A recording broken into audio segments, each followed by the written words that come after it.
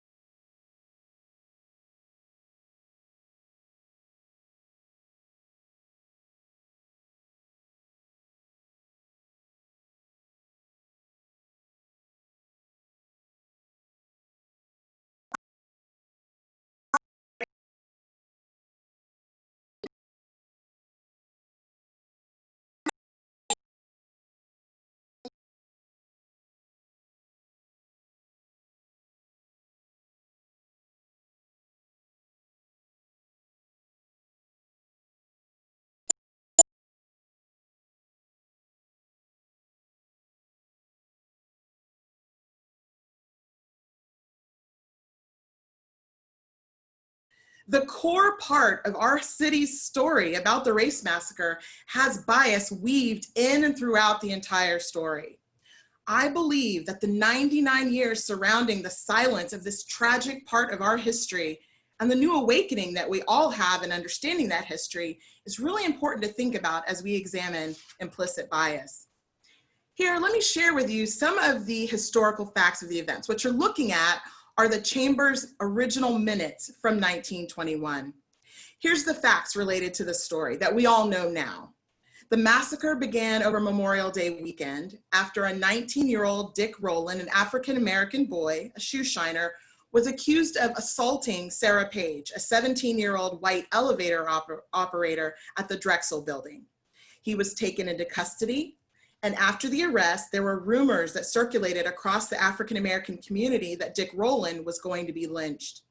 Upon hearing reports that a mob of hundreds of white men had gathered around the jail where Dick Rowland was being held, a group of 75 Black men, some of whom were armed, arrived at the jail with the intention of helping to ensure that Dick Rowland, this young boy, would not be lynched. As a counter to that story that we now know about the race massacre right here in our own city, let me share with you how the Chamber of Commerce of 1921, our own organization, recounts that situation in their minutes shown here. A minor arrest had been made and publicly announced, the defendant being a Negro boy. Under bad advice and being led by a group of Negroes experiencing a spirit of lawlessness, a group of 50 Negroes left the Negro section of the city and marched on the courthouse. There was no occasion for their coming. The member of their race was not in jeopardy at all. The member of their race but under inflammatory action of the lawless Negro leaders, demands were made of the sheriff and insults were hurled at the white citizens who were attracted by the Negro mob. The shooting began and the riot was on. Did you all perhaps hear some of the key characteristics of implicit bias and how I described those two different stories? I think we can assume that in 1921, that bias, both explicit and implicit, was indeed pervasive. And because the Chamber has always been an organization focused on business success, and even that business success being in the African-American prosperous area of town, it destroyed hundreds of businesses, but that belief didn't necessarily align with what happened in the destroying of that community. I also heard in that description is they talked about the lawless Negroes versus the white citizens who were simply, maybe innocently, just drawn to the courthouse by the Negro mob. Bias works when something happens and we already hold bias and we keep and reinforce those biases. So before I begin, let's take a poll.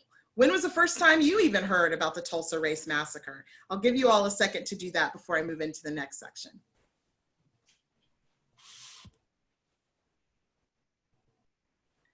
It's exciting to see, Tracy, how many people have heard about it and then how many are just new to the awakening of it. Well, thank goodness no one did the last one yet. Right, right. I'm hoping that the events of this last weekend, celebration of Juneteenth, and having just come from that anniversary, that a lot of people are much more aware. Certainly citizens of Tulsa are much more aware. That's exciting. So many of you are very aware. More than 10 years ago, you heard about it, which is great. The idea is that we're hoping it's taught in schools and more people start to learn about it. Hang on and I'll close the poll. Perfect. Just a couple more seconds. We have a few people still voting. While we're waiting on that, and I'll end this poll in about 10 seconds. I'll tell you, for me, it was in the last 5 years. So born and raised, lived in Tulsa my whole life. I think there's a lot of us here that never heard the story. So I don't think I'm alone. If we take a look at the results, and I'll share those with you now. Great. How about that? So good. So 46% more than 10 years ago. 21% 5 to 10 years ago, and 33% of the people that were polled here on this call in the last 5 years. Thank goodness no one said, what massacre? So. Yes, that's great. Go. Isn't that interesting though, Kumar? Are you surprised though that the numbers are so high? I am. I People in the guess I last. thought, as someone who really didn't get connected to the story until after I really started at the chamber, I mean, I knew about it, but really understanding the historical elements of it and adding the chamber's history and their minutes and some of the other accounts I've read and books I've read, it's just fabulous. So I love that there's a much more greater awareness about it for sure. Nice. Great. So as I was saying, how implicit bias works is there's the thing that happens, like the Tulsa Race Massacre, which creates a biased memory, right? It's steeped in our culture. And that bias keeps us in retained assumptions about what occurred. And actually that poll is still up right now, so let me pull that down. All right. Still up? Yes, I got it. And we reinforce those biases, which ultimately create biased evaluations, biased decision-making, and ultimately a biased outcome. So what we need to do is we begin to try to interrupt our implicit bias by finding that moment of truth. In other words, it's the opportunity for us to check our bias, filter it out, and seek balanced decisions and outcomes. So you see on the bottom here where it's this opportunity to filter and assess our biases. That's the point that we're all trying to get to today in order to create moments of truth, more moments of truth for each and every one of you who have joined us, so that we can create balanced evaluations and decisions and balanced outcomes. I think the Chamber's moment of truth is when we released these minutes publicly last year and made some commitments to the African American community right here in Tulsa that we hope will become much more balanced, and we can see true economic prosperity for all. I hate that it took us 99 years to get there, but I'm hopeful that as we begin to move forward, we've at least interrupted the bias that took place all so many years ago. Yeah, so I'm going to jump in and say, think about in the last 3 weeks. So Kuma, we've had this conversation many times. There's been certainly a disruption in our culture. And so when you think about all of the events that have led us to where we are, we can all agree that the biggest challenge has been this bias that we're talking about, the things that a lot of people aren't even aware of. And so you can actually go test your bias if you want to, and take a look at the screen. You can get some of the information. Harvard University puts out a great test. They do several assessments where you can kind of see how biased you are. By the way, you'll all end up being biased, but understanding how biased can be valuable. Kuma, you had another test that you wanted to talk about here. Yeah, so the Kirwan Institute for Race and Ethnicity partnered with MTV, and they do a bias cleanse. So it gives you tips and activities to do each and every day to hopefully cleanse yourself, or at least make you more aware of the biases that you might have. So definitely something I want to try. That's easier than just being mad at each other, right? Exactly. All right, so let's step back for just a second. So we talked about bias. We've shown you some examples of bias, but I think it's really important that we can connect with what's the value of it in some ways, right? And where did it really come from? And I'm going to take you all the way back and say, listen, our bias, the way that our brain works, in some ways it's to help us, right? It's to shortcut our decision-making processes. You see the giant tiger on the screen, and the old story is, back our ancestors, if there was a tiger or a lion chasing them, or if there was some danger, that if your brain had to be still and say, okay, I feel like I'm in a little bit of danger. What am I going to do? I think I'll run. Like all of those very mechanical thoughts, you probably wouldn't even be alive by the end of this conversation, right? Something, dramatic would happen. And so the brain shortcuts the decision-making process as a way to be more efficient. Said differently, this will make the point. Your brain has the ability to take in 11 million pieces of information in a moment. Now I'm going to pause for a second, because I don't even think your brain can take in 11 million pieces of information. But you have the ability to pick up 11 million things going on at any one time. You can only make sense of or bring into your consciousness 40 bits of that 11 million. So think about that for just a moment. What that means is the brain's capability of sensing 11 million things, but can only make sense of 40 of them, means that our brain constantly has this filtering process. And so the filtering process is based on the past. The filtering process says, if I've never experienced it before, I've never heard of it before, probably not going to make it in through the filter. The 40 bits that we're left with are things that we have been exposed to in the past. They're conversations that we've had. They're movies we've seen. They're how we were reared. They're our education system. They're our ecosystem, if you will. All of those things determine that filter. I'll give you a real example. Kuma, I'm putting you on the spot. Have you bought a car recently? I haven't in the past few years, but the most recent one I bought was a white Kia Sorento. Okay, so a white Kia Sorento. Before you bought that white Kia Sorento, you probably thought, oh, that's a good looking car. Didn't see that many of them on the road. What happened the minute you bought that white Kia Sorento? It was almost like I drove off the lot and every car was a white Kia Sorento. Yeah, for sure, because your filter changed, right? Everybody that's on this call, think about something that you weren't paying attention to it, and all of a sudden, the minute somebody brings it into your consciousness, it now becomes part of your experience. I think we could stop this right now, and I hope you would get the point that what we're doing is incredibly important. The fact that we're getting on a call, that we're reading books, that we are being conscious and intentional about our education, it changes our filter. And in doing so, it changes some of our bias. Listen, at the end of the day, we're still going to be biased, right? Our subconscious mind has to be engaged. It controls 99% of all the decisions that are made. We could not get out of bed if we had to think about every single thing that we do.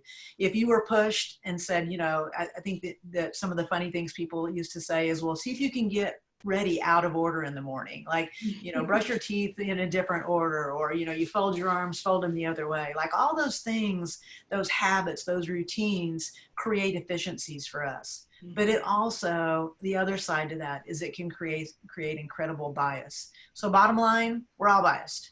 I think we just have to figure out and be conscious of those things that are holding us back or creating oppression in our culture. So you want to talk about some of the different biases, Kuma? Oh my gosh, Tracy, there are over 50 research verified modern implicit biases. Henry Priest wrote a book called Bias, the 50 Powerful Cognitive Biases That Impair Our Judgment. In it, he talks about Homo sapiens, the biological name for humans, literally meaning discerning, wise, and sensible, although you can't tell based on my Facebook feed recently. The reality is that there are lots of bias that affect us each and every day. And today, we are going to get into the 6 biases that impact us the most. So here we go. The first one is one that I experienced very real a few years ago. I frequently buy things from Quick Trip, and I made from Quick Trip through Craigslist, sorry. And so I was meeting a woman at a Quick Trip because I was gonna buy some baby clothes from her. And I pull up, I'm in my car, I see that she's right next to me in the car that she said she was gonna be in. We kind of look at each other back and forth. It was really kind of awkward. And finally, I just hop out of the car and approach her, and I'm like, are you the lady I'm supposed to be buying this stuff from? She looked at me, she cracked her window, and she said, I really wish you told me that you were Black. I feel really uncomfortable now. I don't know what to do. I just wish you would have been more honest with me. I feel really scared. And so I'm like, I've got my money in my hand. I'm standing in the middle of a Quick Trip parking lot. It was an awkward situation, Tracy, but in that setting, she had a perception bias about Black people, this assumption that Black people were dangerous, that somehow I didn't talk Black, so she didn't have fear that I was Black. It just brought forward to me that a lot of people are carrying around these biases each and every day. And that one I saw show up for me, very real, in that Quick Trip parking lot. So perception. Listen, I want to say this. Of course, that makes me so mad, right? And you're delivering this like a total pro, as I know you would, but that had to feel like just a punch in the gut. Yes? Oh, I was embarrassed. I kind of thought, well, I was just shocked and embarrassed and stood there. I don't think she sold me anything. She backed up and took her stuff and went away. So yeah. Wow. Listen, all right. Sorry that you had to start with that one. I didn't know that was coming. All right. Yes. The next one is recency bias. It's when we have the ability to recall most recent outcomes so that they carry more weight. Ideally, this plays out like during your evaluation with your manager in the workplace. He might remember the most recent, or she might remember the most recent impacts to your performance within the job, and then forget about the total picture that might have occurred in all the months before that evaluation. There's also a side of that, which is also called the spillover bias, which means that you pay attention to everything that happened earlier on and ignore all the improvements, perhaps, to your work or your performance. So we often see that show up in the workplace, the recency bias and the spillover bias. And then lastly, groupthink is that ability to try to fit into a group by modeling their opinions. Tracy and I were talking about this, and I was trying to find a really good example of groupthink. And in doing so, I told her about my mom, who literally groomed and trained my brother and I from the very beginning to think and act like dominant culture, like white culture, right? She wanted me to fit in. She didn't want me to dissent too much. She always wanted me to be someone who was never rocking the boat. And so that idea of groupthink means that I, in order to not be seen or heard, might just go along with the crowd or agree with the consensus of everyone else, when really I have an opinion and want to be heard. So groupthink is one of the other biases that we encounter. Tracy, how about you take over the last three? I just want to be mad about the first one. Is that all right?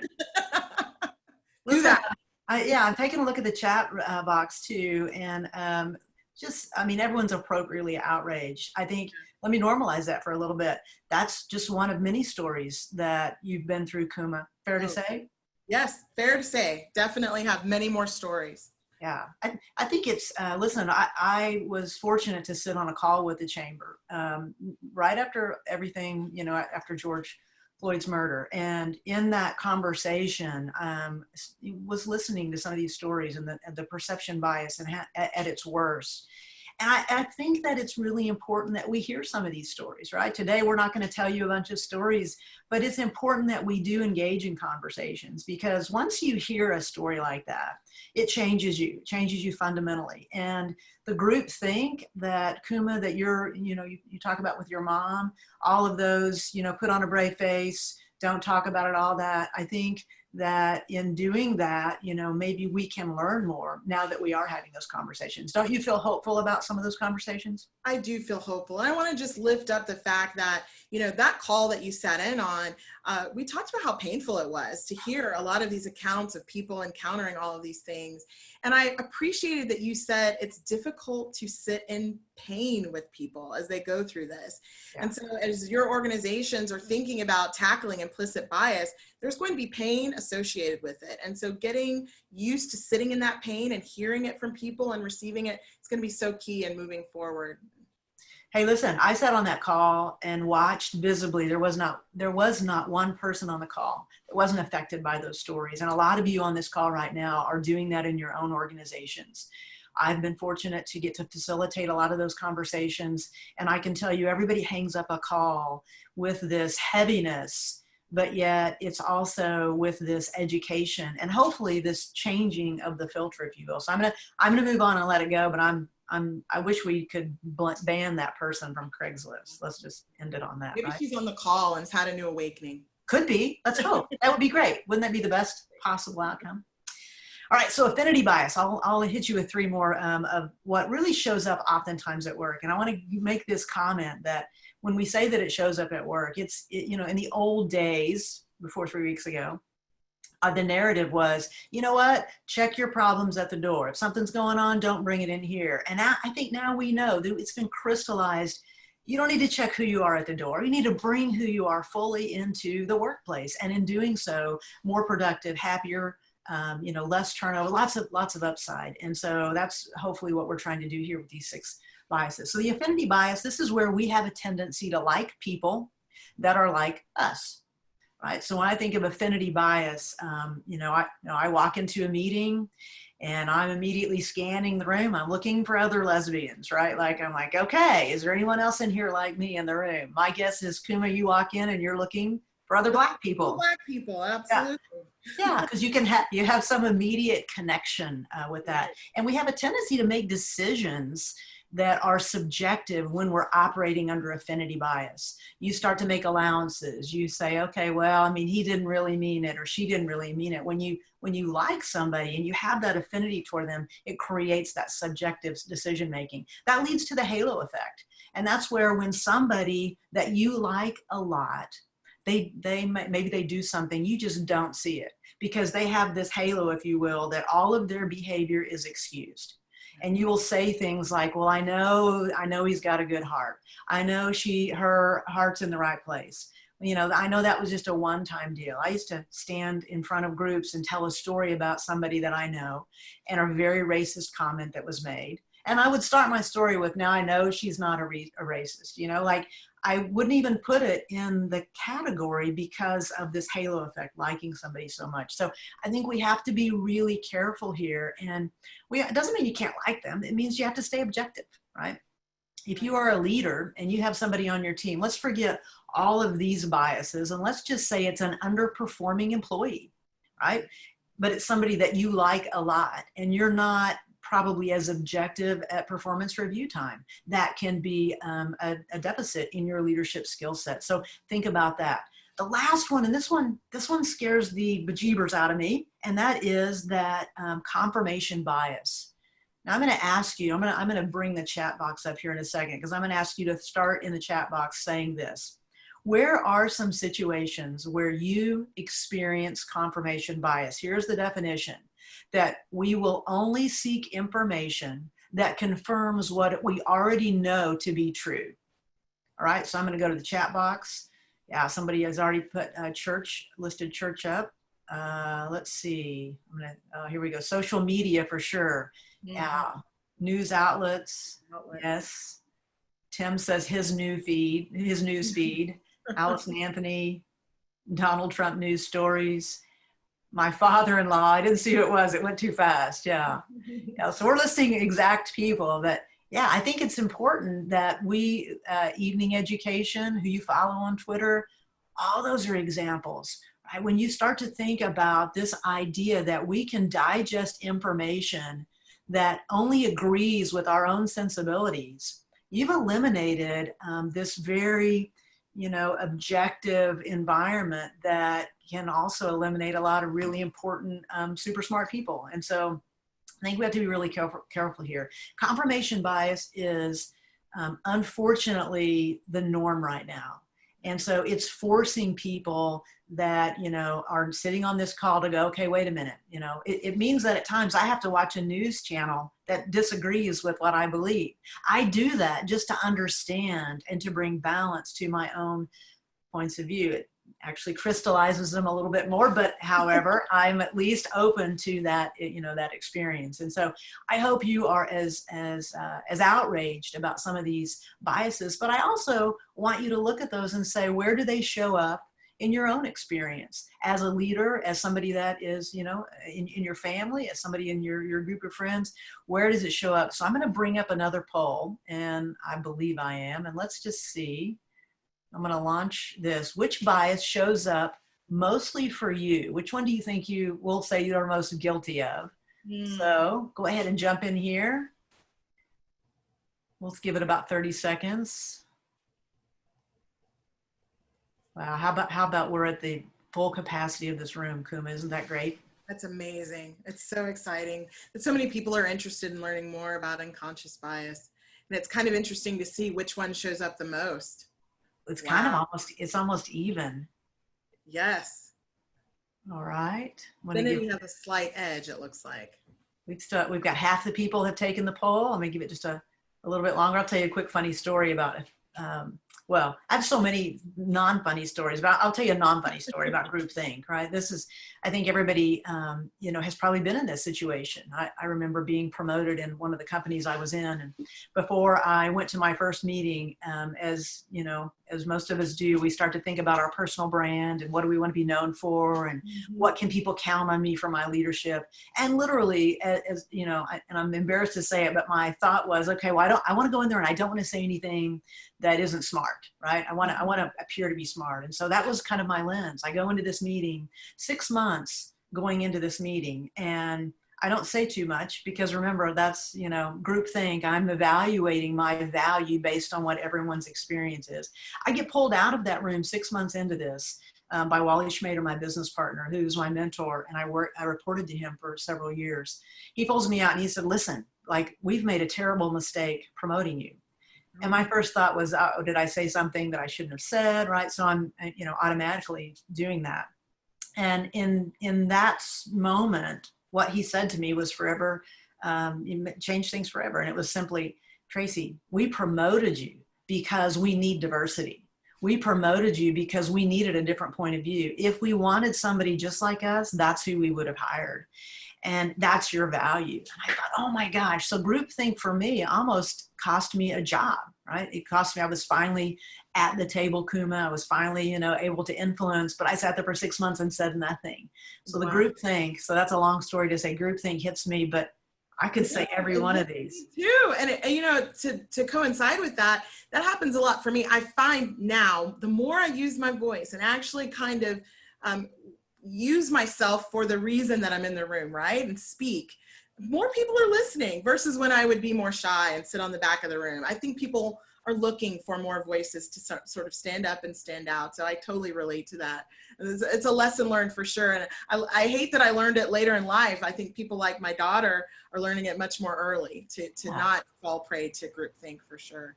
Well, so those are the results of the poll. You see that there? It looks like affinity bias kind of edges out everything else. It's showing up the most. Yeah. Well, listen, you had to overcome all of that, you know, training from your mother, right? The stories that you told. So that it was a protective thing. It was her trying to protect us and set us up for what she felt was the best life possible. And that was assimilation and trying to get us to fit in and not stand out at all. She wanted us to just take the road less traveled for sure. So I don't know why that happened, but I'll let you get it back to where it needs to be. It's back. It's back. All right. All right. So done the poll. So now that we've laid the groundwork for some understanding how bias shows up and you've defined it, we've understood it a little bit more. I felt like it was important that we talk about some equally important terms. And I'm going to push that back if we can. One slide back.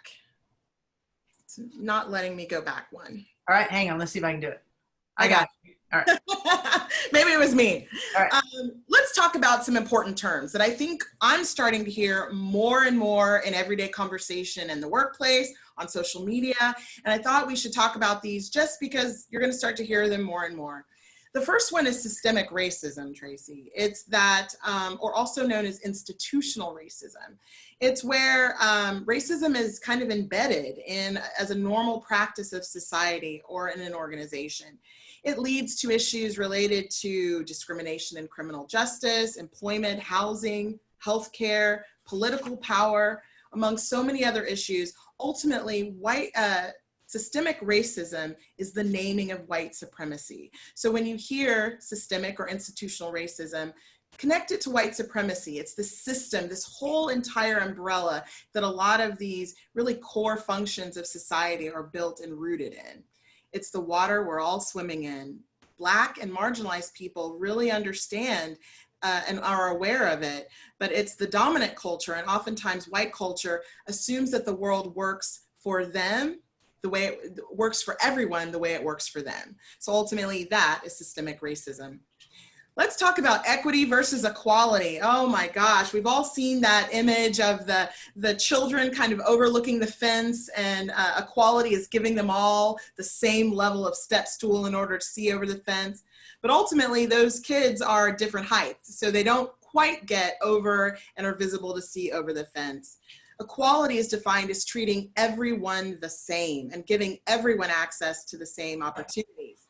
Meanwhile, equity refers to proportional representation. There's a quote by Paula Dressel with the Race Matters Institute. She says the route to achieving equity will not be accomplished through treating everyone equally.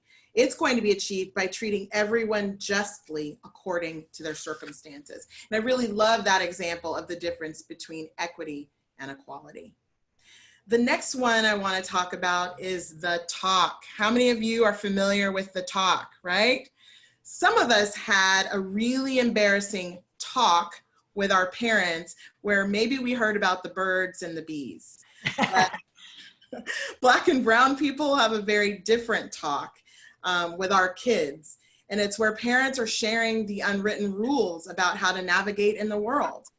Some of the ones my mom shared with me were how to act when I was being pulled over by police, or what to do in a store, keep my hands visible and always leave with a receipt. It's all about how to navigate white spaces or navigate the world when they can't be with us all the time.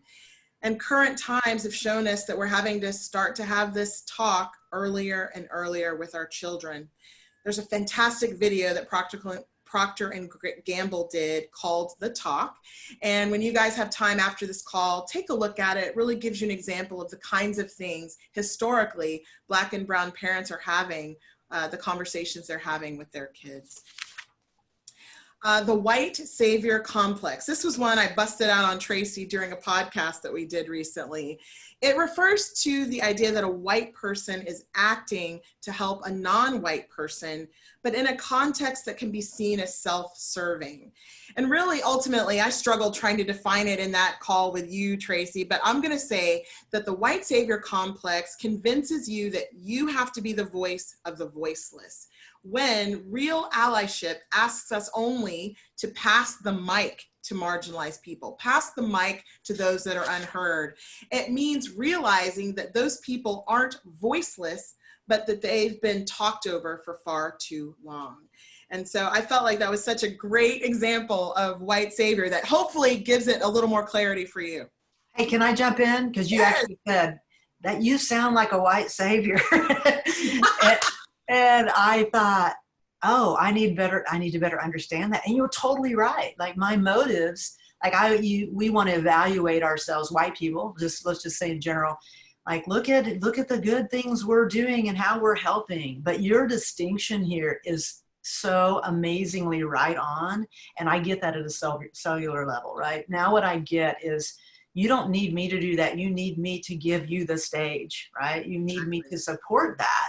Right. So I think that some people get really cranky about this, right? They get defensive about that. So just the term, I don't know, but I definitely was doing that. No question. Well, I didn't want to call you out in a negative way. I know that you're helpful, but you use the term amplify Black voices. We need to amplify Black voices. And I'm all for amplification of Black voices, and I think that's needed. But the point, again, is to pass the mic. Just let them speak. Let us speak. We don't need anything other than that. And so don't need to be saved. It's something I have to tell my husband all the time. He wants to rush in. What can I do? I'm a white man. Let me help the situation. And I'm like, whoa, buddy, I got this. I can handle it. So white savior complex is real, and we need to talk about it more as we see it show up in our lives. The next one, Tracy, is civil disobedience. That's a lot of the conversation happening as we have encountered protesters, marching, a lot of things related to that. Civil disobedience is that refusal to obey governmental demands or commands, especially as a nonviolent form of protest, in trying to force the concessions from systems. You know, I think about the Boston Tea Party. It was absolutely one of the most famous acts of civil disobedience in American history. People don't often think that that whole throwing the tea into the harbor was a way of sort of showcasing to the king and the queen that we weren't having it anymore and we formed our new nation. Well, Rosa Parks, Martin Luther King, and others employed acts of civil disobedience by sitting in at lunch counters, doing die-ins, marching across bridges. Those are the kind of acts that indicate civil disobedience, and certainly kneeling, even when the Star Spangled Banner is being played, is another act of civil disobedience, sort of an outcry or a protest to what's happening in America related to police brutality. So I also feel like it would be, I'd be remiss if I didn't talk about the difference between protesters and rioters. Really, I don't think we need to confuse the two.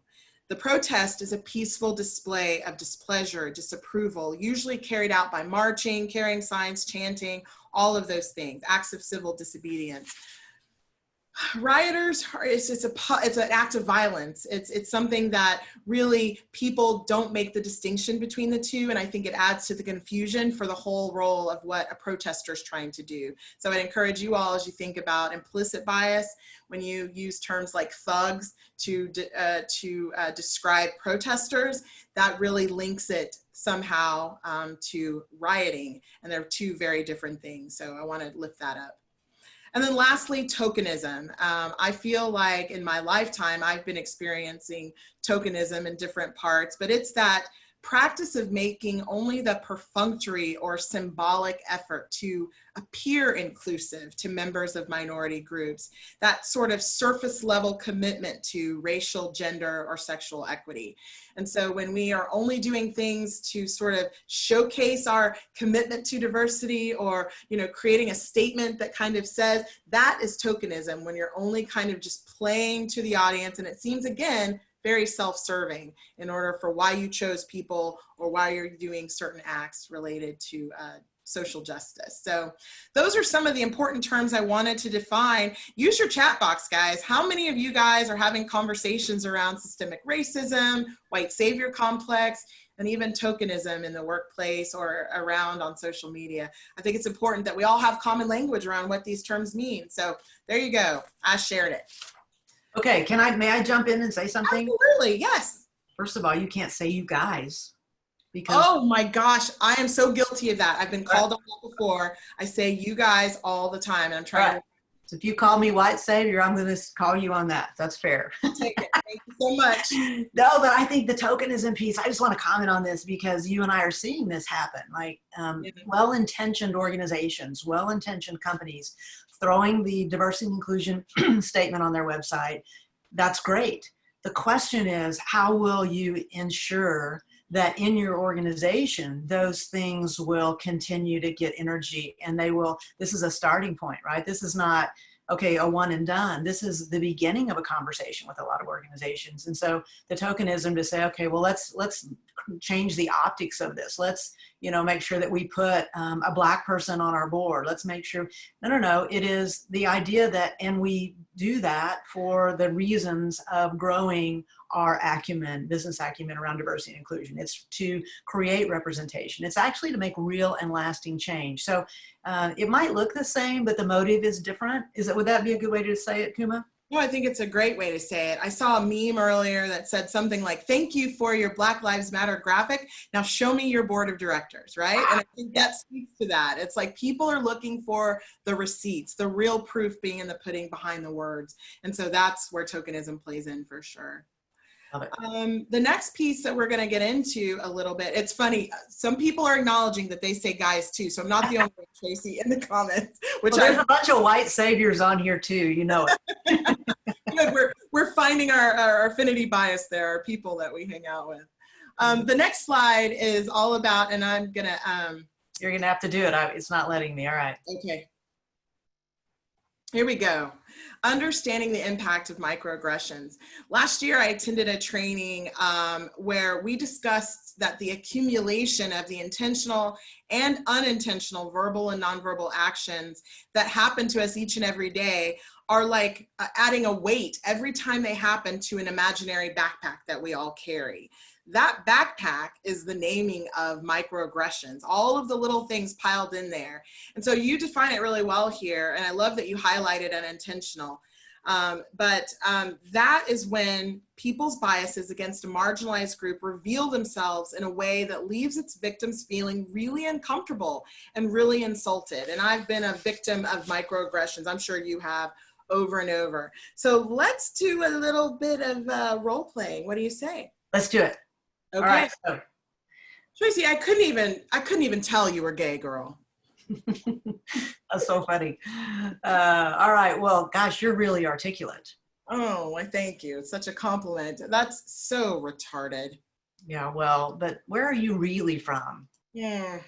Your name is really hard to pronounce. I think I'm just gonna call you Trey. I get it, but you know, I believe all lives matter. Mm-hmm. You're disabled? You seem totally normal to me. Well, you'd be really attractive if you just smile more. Oh, I get that one all the time. You all look alike to me. Oh, that hurts. Well, you're not really American. I thought you people were good at math. Well, your hair is really pretty when it's straight. Oh yes, I know. My straight hair, We Listen, these are creepy. These are super creepy. It's even creepy playing it with you, role playing it with you. But ultimately, these are the things that are dropping into our imaginary backpack each and every day. And in many ways, we hear them. Sometimes it's just actions that happen, like expecting more women to clean up the room after a meeting, right? I think it's just the unintentional part needs to be stressed. And I don't think people even realize it, but it happens. And those are the microaggressions for sure.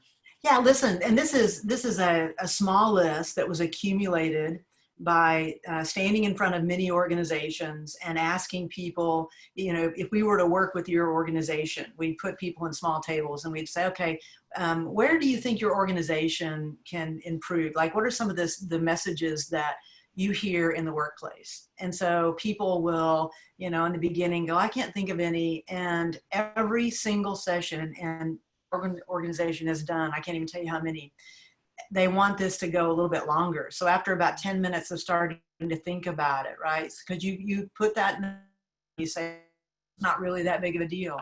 But the accumulation effect over time, it is a really big deal. And some of these things seem to be really not a big deal. Some people will look at them and go, oh, that, you should get over that. Oh, that's not that big. It is that big. It's us paying attention. This is where we have to, I think, get a little bit more dialed in and more connected, because even if our experience is different, the idea that we are now concerned about the experience of the receiver, that's really exciting to me. Because listen, I have heard a couple of these, and I can't even imagine, Kuma, how hurtful some of these have been for you. I'm watching the chat box light up with people that are hearing all of these. And I can't tell you how many times I've listened to a gay joke and laughed because I was worried that it would reflect poorly on me, or that I didn't have a good sense of humor, when I now look back and say, wow, that really was hurtful. And I was a victim of groupthink. I was trying to fit in, and I didn't change people's minds. So I'm late to the activist party in the last 5 or 10 years. I'm sad that I didn't have more confidence in my 20s. And what I love about this younger generation is they have it, right? They are, when you look at those people that are marching in the streets, so many young people, I love it, because there's a lot of us in my generation that didn't get this right. Kuma and I did a podcast. I read a text that my business partner sent me and to her on that podcast. And we were just talking about how an entire generation of people, we weren't outraged, and we should have been, that we were, all kind of thinking that, it wasn't that big of a deal. And so I don't know, I as you look at this list and I see people are saying the ones that they have said and heard, we now need to transition, and let's do that. What happens when you're in a situation and you hear one of these things? Do you laugh politely? Here's what I know. We were all trained to be polite. Everybody on this call, we were trained to make sure that nobody is uncomfortable. And let's just say this, being uncomfortable is okay now, right? How about the person that was uncomfortable? How about how uncomfortable I was when I listened to that gay joke? Does that not matter? Did that not matter all those years? How about how uncomfortable Kuma is when someone says, wow, you're really articulate. You didn't sound black on the phone. Your hair is really pretty when it's straight. All those things that are meant to be compliments, if you will. There's definitely another side to that. So yes, everybody has a right to their opinion. No question about it. But you don't have the right to make other people feel uncomfortable with that. So before I go on to how to reply to these, Kuma, do you want to jump in? That was, have to be a monologue. No, you're fine. I was just going to say something along the lines of, I get a lot of times, just based on my name, what part of Africa are you from? My name is Japanese. It has nothing to do with Africa. So it's just funny how these microaggressions, this assumptions people make about me being an African-American with a name like Kuma, that I need to somehow be connected to Africa. So that's my microaggression that I get a lot more. But my reaction to it, more and more, has gotten simply this. Let me demonstrate what it is. I love it. Thanks, stare, Tracy. That's me not even responding anymore. I'm not giving any life by not saying anything about it. I want to say this too. You brought up two things. Let's clarify. Yeah. It's okay to say black people. Yes, please. Capitalize the B. Okay. But I mean, we've gotten it wrong. Like, we have made a couple of attempts, when I think back, we being white people, that we were trying to be more diverse, more inclusive. And we started things like, well, I have a Black friend, right? Like, things that we put our toe in the water. And I know when you've heard that before, you probably left and said, yeah, but did you invite them to dinner? Right? Like, people have tried. Can you think of any other examples? And I can't believe it's leaving my mind right now, of where I think all lives matter. I think that was, we got that wrong, right? When, Black Lives Matter came up and everybody was like, yeah, Black Lives Matter. And then somebody's like, yeah, but really all lives matter. Right. So how does that hit you? You and I have had that conversation before. Yeah, I think it hits me.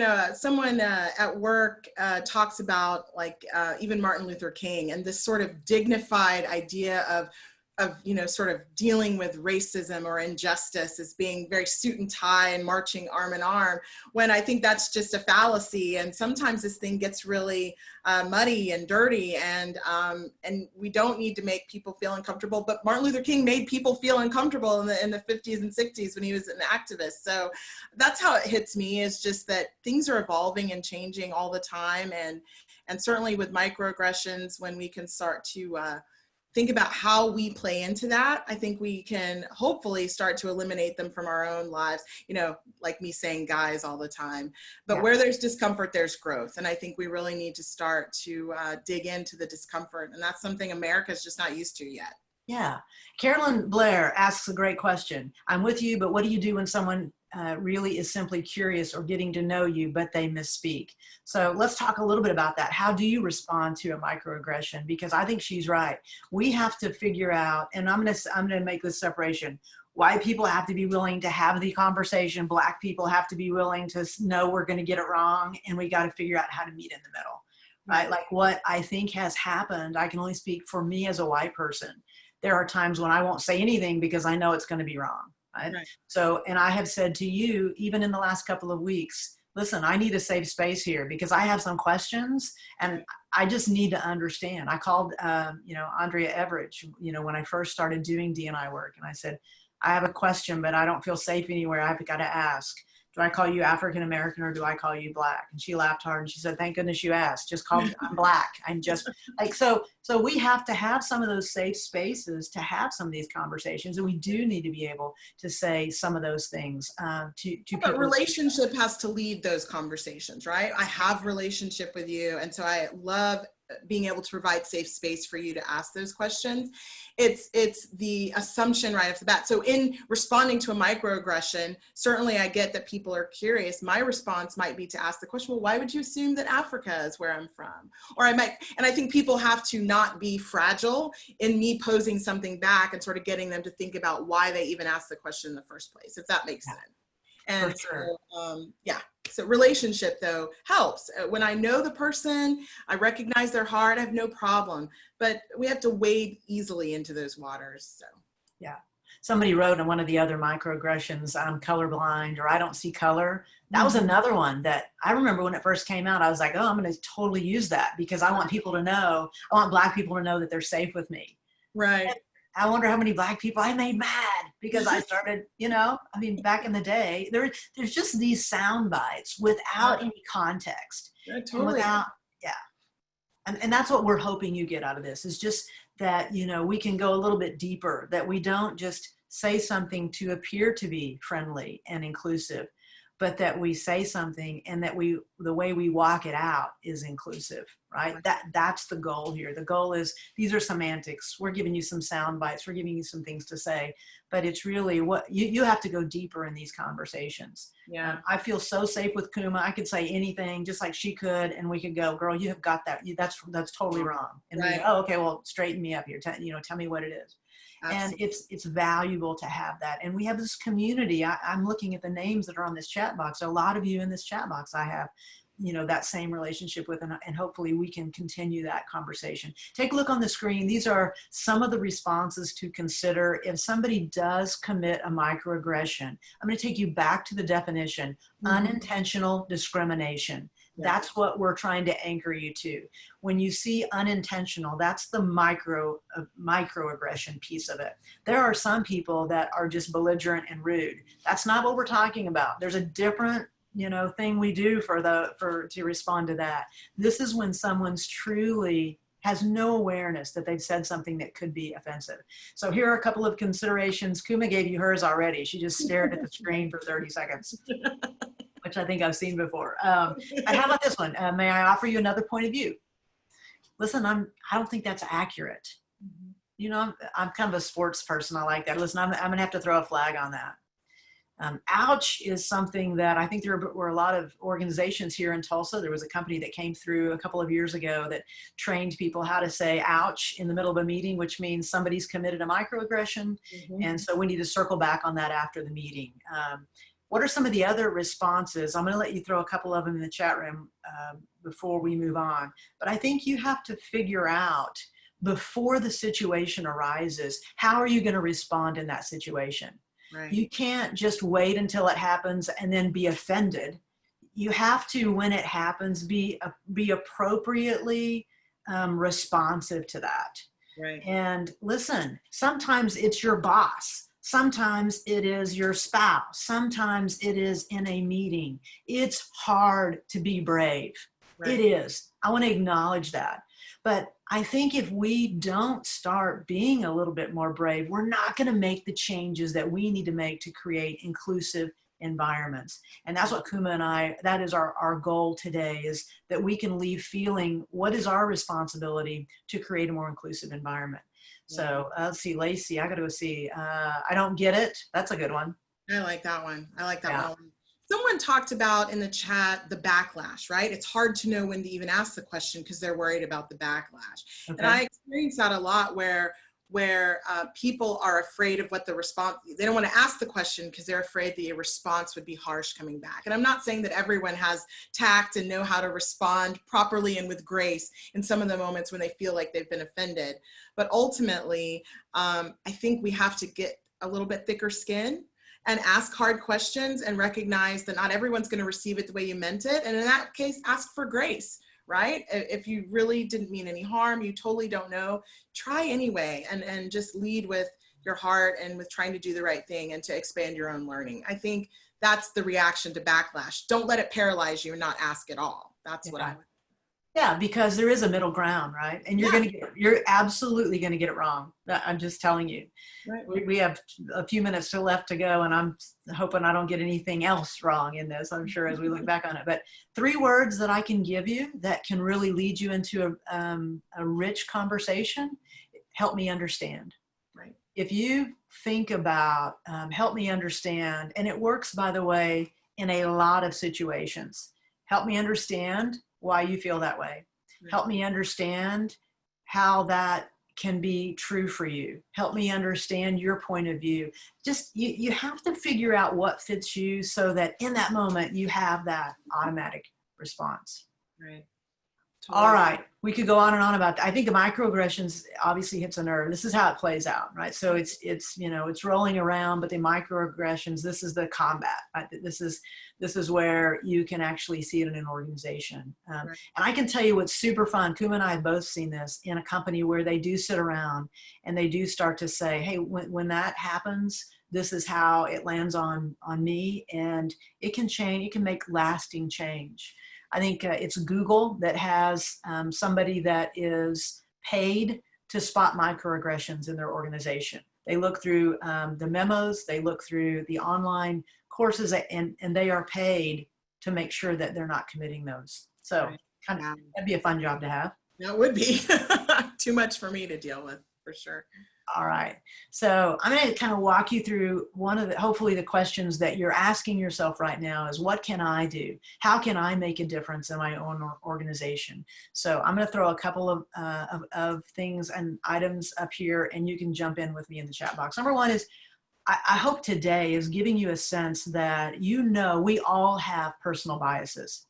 It would be inaccurate for anyone to think we're above this. Some of the biases help you be more efficient, for sure. But we're talking about those personal biases. When we started throwing in the very beginning, all Irish people are, anything that you finish with some kind of a statement, I'm not doing that, by the way. So somebody needs to go back. Thank you. So on the personal biases, so be really mindful of that. Number two, be relatable before you're fanatical. And this is just, I think this is just a good way to enter some of these conversations. You know, if you have a big giant reaction the minute somebody tries to have a conversation with you, or you have a big giant reaction about something that's a sensitive issue, you now have created a third leg to that conversation, which is now we have to deal with the emotion or somebody that's personalizing what's happening. So I think you have to be careful or be relatable. Try to connect with people on a human level first before you have that conversation. Next one, we have to raise our hand. We have to say, that's not okay. I have to say, you can't say you guys. Kuma has to say, you sound like a white savior. We have to be able to point some of those things out, because that's how we're going to learn. And if we can all agree on those things, it might be fun in your Mosaic meetings, Kuma, to have a section on that every Mosaic meeting from here on out, just to say, what are a couple of microaggressions? Wouldn't that be fun? I think that would be so awesome to add to a meeting. We'll do that for sure. Yeah. That'd be good. So I think, again, in an organization, what's super cool is when the leader says, okay, listen, I want to get this right. So I'm giving everyone permission, and this is how I want to receive it. I do have a client in DC right now, and the CEO, she's very dialed into this. And she now wants to know when she's committed a microaggression. And I've been in the conversation where I had to tell her one, and it didn't go as well as I had hoped it would go, but you know, because she reacted. And then after a few minutes, she's like, okay, that's why people aren't telling me, isn't it? I said, that might be. I said, I'm a little nervous and I'm in Oklahoma. So, you know, I can imagine standing in your office. But I think when you create the rules of engagement to say, let's let this be part of our organization, let's let this be part of what an inclusive team looks like, I think that you're inviting people to be able to be brave. Next one, seek understanding and alignment, not consensus. I actually heard this from Steve Bradshaw, and I heard this, Kuma, when we were in Greenwood a year ago, wondering if anybody was paying attention to the Tulsa race at the time riot, and it was becoming the massacre. And he's in that meeting said, you know what, we need to be mindful of is that, you know, we seek alignment and not consensus. This is something we've got to move forward with. And that kind of changed me. Obviously I'm still talking about it now because I'm a consensus leader, right? I want everybody to be happy. I want everybody to be comfortable. Guess what? That's out the window. Not everybody's going to be happy. Not everyone's going to be comfortable. But that doesn't mean we don't move forward with this very important work. And then the last one, I don't know if it's the last one or not because somebody else is guiding this, understand the value of racial differences. Listen, that is where, thank you, that is where we have to continue to create the conversations that we are able to sit and listen to the experience that everyone is having. When you can do that, those stories, listen, I have had people say, I don't want to get on a call and hear how hard it's been. And I'm like, that's why you need to get on that call. That's why you need to listen to it, because you're uncomfortable in that moment. Guess what? You're going to be uncomfortable for an hour. You're going to get off that call. You might not have to ever thinking about it again. But the Black and brown people that are on that call, the gay people that are on that call, the people that have been marginalized, yes, that's how they walk around every single minute of every single day. And if you're uncomfortable for an hour, well, guess what? You know, you'll get over it. You'll be better because of it.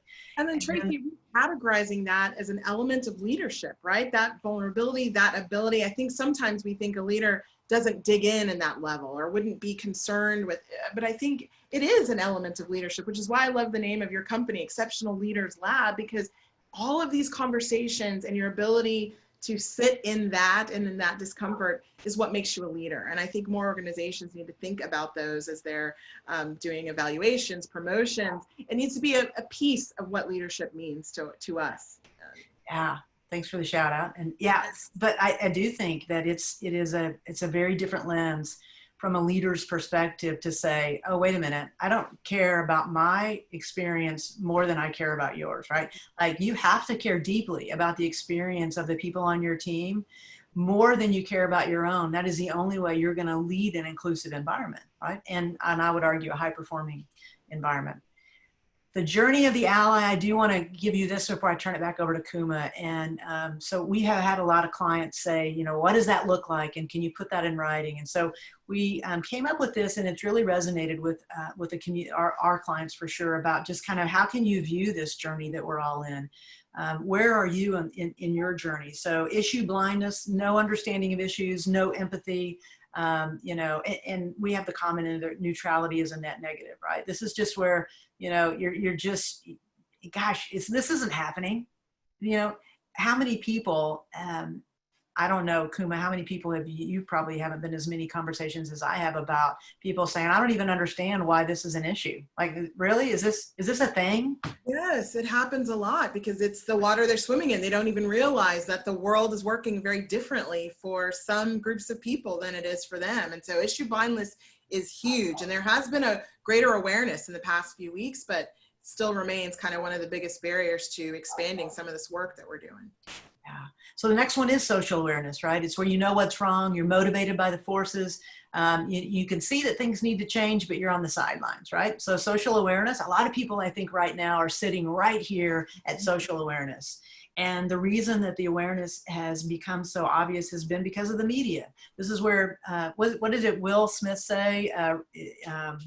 It's not happening more often, it's just getting filmed, right? So that, you know, I think that people are now able to connect with it in a way because it's visible, and I think that's what's made a lot of difference. The next one, personal activation, intentionally well-informed, willing to be a group outlier, definitely a force for good. This is somebody that will engage in the conversation. A lot of us are here, you know, in the personal activation. What can I do? I don't want to be somebody that just watches what happens. I actually want to be down on the streets. I want to be somebody that is paying attention and dialed in. And then the active advocate, fully committed to the cause, active in changing opinions, willing to take social risks. And when I think about that, it's, you know, the person that's willing to go on their Facebook and say how they really feel, or it's the person that's willing to sit down and engage in a conversation. It's the person that's willing to say, you know what, it's probably not going to be popular in some circles, but it doesn't make it any less important, right? So let's do. Mercedes talks a little bit about how you could be at different stages based on your intersectionality. You know, as a woman and as a Black person, I'm an active advocate, right? But certainly as it relates to the LGBTQ community, I'm kind of just in social awareness and sometimes even issue blindness, right? Not understanding the importance of being able to give blood that just happened a few weeks ago. Some of those things we can be in different places based on how we're connected to the issue. I thought that was a great thing to lift up that she Listen, that's a great distinction because, yeah, you are not, as your acumen is not the same in all of these different areas. And isn't it cool that we're having this platform to say, you know, right now we're focused pretty solely, we're talking about Black Lives Matter, we're talking about the, you know, racial inequities, but, you know, we're also talking about all of the marginalized communities out there. I think we have one more poll. So let's see, I'm going to go to poll 3. And here is the question: where are you on your ally journey? Where do you believe you are as you look at the screen? Ooh, I'm loving all the advocacy, active advocates. Me too. Boom. All right, well, we're going to give it about 30 seconds. Yeah, nice. Nobody blind on this call. Fantastic. No issue blindness. Social awareness. Lots of personal activation. Which is the most exciting one for me, that more people are sort of clicking on and feeling personally convicted and committed to a lot of the issues that we're seeing. And I think that's where the change lies, right? So that in a few years, we might not have to have these conversations. That's the hope. So great. Listen, I'm going to wait just 10 more seconds and then I'll close. We have 100 more people to take the poll. I don't know, we'll have to rely on Morgan to tell us. There have been such great things flying by this chat room. I want to say you all are really bringing a lot of great ideas as well. And I hope Kuma and I can go back and look so we can learn a lot of the things that you're sharing up there. So hope everybody's been paying attention to that. Yeah. All right, so here we go. Let's share the results. Majority of the people on this call, personal activation. Wow. Awesome. I love that. That's wonderful. I join you in your personal activation. That's great. Thanks, Tracy, for sharing the journey of an ally. I think that's such an incredible slide. to share with people. And now let's talk a little bit about what organizations can do. I'm trying to, let's see, close that off. I think it's really important that organizations evaluate their current disposition. That means just where are you currently in your journey?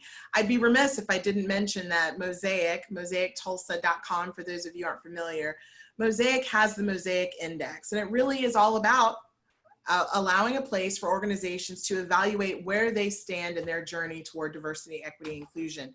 Take that index. There's lots of other companies and organizations that do it, but ours is free and it's open to anyone right now who wants to take the Mosaic Index. So visit mosaictulsa.com in order to learn more about that. The next one, I'm trying to move us forward. I got you. Oh, thank you. Create a plan that includes education and awareness. I've had a lot of calls in the past few weeks where people are asking me, well, how do I start? Where do I begin? And I think certainly joining us today on the call is a great first step, but think about how you can expand the capacity for your employees to have conversations around social and racial justice. So create those consistent opportunities for them to stay connected and have these conversations brought up, talked about openly. People will learn to expect it and it will become embedded in your culture.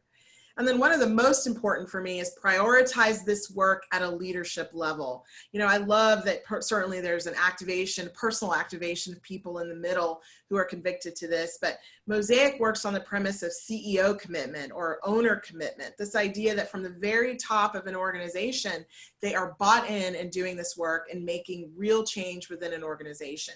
That's from recruitment, that's hiring, that's existing policy and practice, as well as even how you are professionally developing and promoting people within. So prioritize this at a leadership level.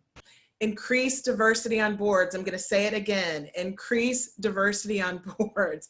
It's so important. But in Tulsa, recognizing that our diversity is really about 12% African American, maybe 14% Native, and other populations, that can be hard. So I've decided that just increasing the awareness of board members for the value of diversity, equity, inclusion issues is really primary, so that everyone understands that we may not be able to make our board 50% diverse tomorrow. We at least can all have the understanding about why it's important, and then seek the right individuals to take those places when we find them and they're committed to our cause. So increase board diversity. Create a culture of accountability. Think about holding people accountable for how they're including and being inclusive, how they are being vulnerable and allowing space for their employees to talk. I think when you do that and add it as a measure of your evaluations in your organization, that helps to add to accountability. There's also a bunch of metrics like percentage of diverse employees, percentage of women in leadership. All of those things create a culture of accountability. And last but not least, I can't stress this enough, encourage conversations.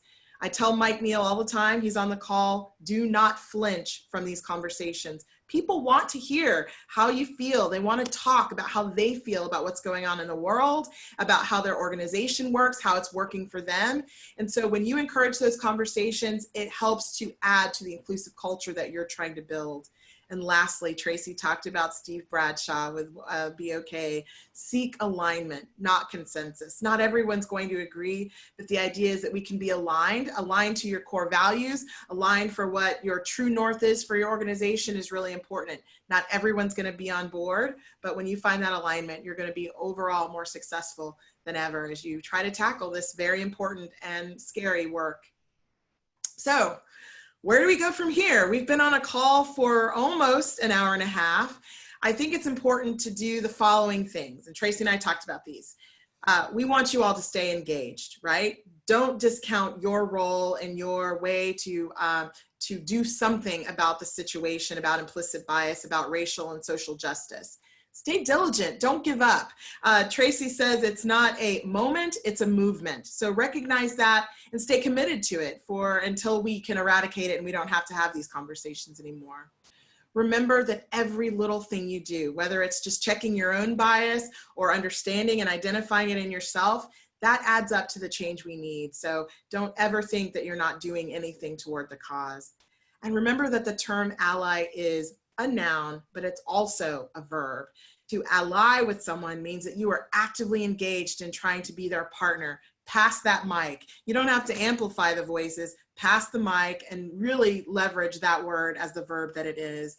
And then stay on the lookout for the Tulsa Regional Chamber's next learning session. We might be trying this again and doing something that we think will be valuable as we see the need. I've enjoyed it, Tracy. How about you? Listen, I'm going to throw a couple of the pictures up here just that, you know, to reflect back on some of the reasons that we're on this call and some of the conversations that we've had. And I think probably a good place to end it is going to end up being this James Baldwin quote: "We can disagree and still love each other unless your disagreement is rooted in my oppression and denial of my humanity and right to exist." I love that quote, and I've been using it a lot. I really do feel like a lot of these issues is not a question or a matter to be debated. It is my oppression and the denial of my humanity and right to exist. So when we can at least start there and we're on the same page, then I think there's much work to be done together. I want to jump in and say this. I have had a front row seat to watch Kuma over the last couple of years and the very important work that she's done, and to watch the Tulsa Regional Chamber. And we should all on this call be very proud of the work that that group of people is doing to really help elevate this conversation. But a lot of the work, when I think back the last 6 months, all of the COVID crisis, and watched all the levers that the chamber has pulled, certainly they're doing everything they can to help us. But thank you for also getting on the call, for being willing to take a little bit of your time during your lunch hour to roll your sleeves up and continue this conversation. And I just want to say, Kuma, thank you. Allison, Anthony, and I have this conversation often, that you've stepped into some really bold leadership and help leading a city through was a horrific time in our city's history. And, just the way that this is all going and how you're navigating it, man, you're doing a beautiful job. And so as your white friend, I want to say thank you, because you have been willing to be in these conversations. And I know the very first call we got on, you were talking about how tired you were. And I said, what does that mean? Why are you tired? And you're like, and now I know why you're tired. I get it. I understand it. And so just for everybody on that's on this call, I can't see the chat box, but I know they're saying thank you. Oh, yeah. They're saying thank you to us both. And I echo everything you said. And I have the utmost respect for you and your work. And you are a mentor, whether you know it or not. You're on my personal board of directors. You've been on it for a long time. So thank you for your help with this presentation. Thank you all for joining us. Let's stay connected. This doesn't have to be the end of the conversation. Please reach out to Tracy and I, either Twitter, Instagram, Facebook, or LinkedIn. We'd love to hear from you and want to definitely invite you to mosaictulsa.com so that you can join us at our next meeting, which will probably be a little mix of virtual and a little bit of in-person. With that, Tracy, I think we're done. Thanks again to Tulsa Community Work Advance and Karen Pennington and the amazing work they're doing as a partner in equity with us. Thank you, Karen, for your generous sponsorship of this event. With that being said, shall we sign off? Let's do it. Thanks, everybody. Thanks, everyone. We appreciate you joining us today.